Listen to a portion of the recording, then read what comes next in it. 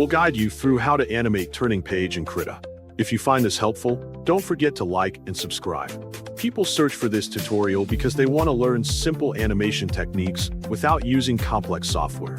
Open Krita and click File then New to start a new project.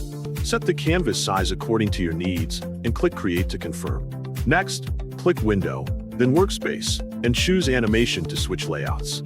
Make sure the timeline is visible at the bottom of the screen. If it is not, go to Settings, then Dockers, and enable Timeline. Also enable the Animation Docker from Settings and Dockers to access animation controls. Go to the Layers panel and click Add Layer.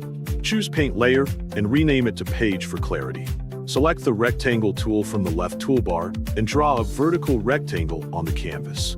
Then select the Fill tool and fill the rectangle with a light color. Go to the timeline. Right-click on Frame 0 and click Create Blank Frame. This becomes your first page position. Turn on onion skin in the timeline to see previous frames. Move to Frame 1, right-click, and create another blank frame. Select the Transform tool and slightly rotate the rectangle to the right. Also slightly scale the width smaller to fake perspective. Move to the next frame and create another blank frame. Rotate the shape more and make it thinner. Repeat this process on each new frame, gradually increasing the rotation and reducing the width so the rectangle appears to flip.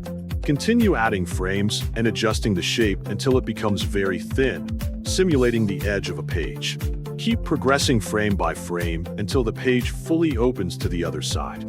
This completes the turning page animation smoothly and clearly for viewers to follow and understand the motion effect.